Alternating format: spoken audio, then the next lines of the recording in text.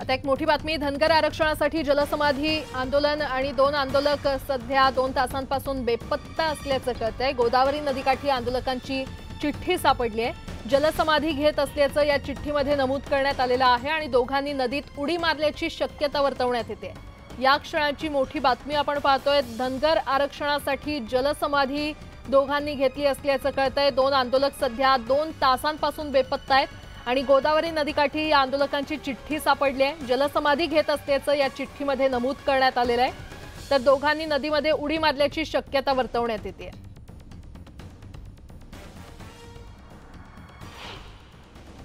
आणि या संदर्भात अधिक माहिती देत आहेत आमचे प्रतिनिधी हरीश दिमोटे आपल्यासोबत जोडले गेलेले आहेत। हरीश, आपण जर बघितलं तर धनगर समाजाला अनुसूचित जमातीमध्ये समावेश केला जावा या मागणीसाठी अहमदनगर जिल्ह्यातील नेवासा फाटा या ठिकाणी गेल्या 8 दिवसांपासून धनगर समाजाचे 6 आंदोलक आमरण उपोषण करत आहेत। मात्र सरकार कुठेतरी दखल घेत नाहीये, म्हणून रास्ता रोको करण्यात आला, बोंबाबोंब आंदोलन झालं, टायर पेटवून रस्ता अडवण्यात आला, मात्र तरीही दखल घेत नसल्यानं त्यांनी जलसमाधी घेणार असल्याचा इशारा दिलेला होता।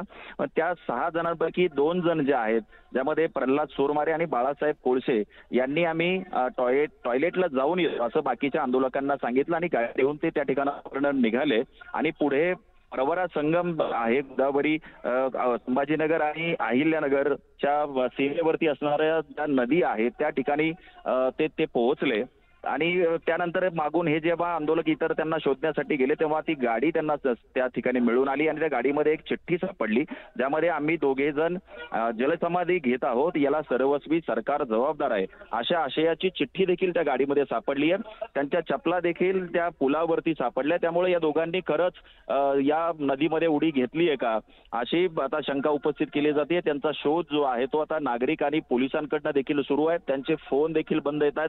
त्यामुळं त्यांनी खरंच जलसमाधीचा जो इशारा दिलेला होता तो त्यांनी पूर्ण केलाय का अशी शंका उपस्थित होते। आपण जर बघितलं तर 5 वर्षांपूर्वी हे जे ठिकाण आहे याच ठिकाणी आप्पासाहेब शिंदे हा जो मराठा आरक्षणाच्या मागणीसाठी याने जलसमाधी घेतली होती, अगदी त्याच ठिकाणी या धनगर बांधवांच्या चपला मिळून आल्यात, गाडी मिळून आली आणि चिठ्ठी देखील सापडली की आम्ही जलसमाधी घेतोय।